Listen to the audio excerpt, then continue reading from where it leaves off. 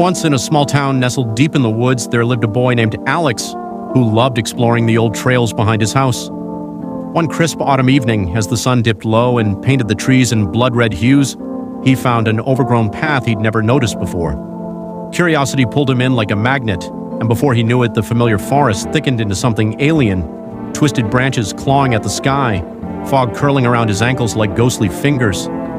He walked for what felt like hours, though his watch stubbornly read 6 p.m. The air grew colder, heavier, carrying faint whispers that sounded like children's laughter echoing from nowhere. Pushing on, Alex stumbled into a clearing where a decrepit cabin squatted like a forgotten corpse. Its windows were shattered eyes staring blankly, door hanging ajar on rusted hinges. Against his better judgment, he stepped inside. The floorboards groaned underfoot, coated in dust and what looked like dried leaves, or were they scraps of fabric? In the corner, a rocking chair creaked slowly back and forth, though no wind stirred the room. On the wall, scratched into the wood with something sharp, were names Tommy 1952, Sarah 1967, Mike 1983. Dates that matched the ages of local kids who'd vanished decades ago, stories his grandma told to scare him straight.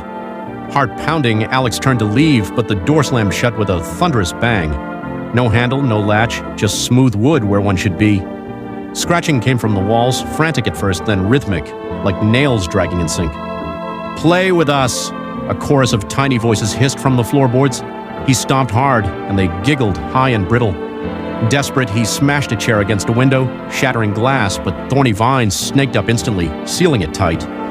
The whispers grew louder, circling him. Shadows detached from the corners, small, pale figures with hollow eyes and grins too wide, their skin mottled like bark. They tugged at his clothes, cold hands like wet clay.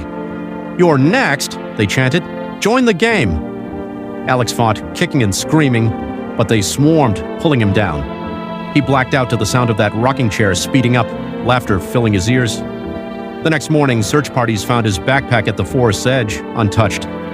Weeks later, kids playing near the trails swore they heard a new voice whispering from the trees, "Alex 2026, and high schoolers now whisper his name etched into that cabin wall, waiting for the next lost soul to find the path. No one goes there anymore.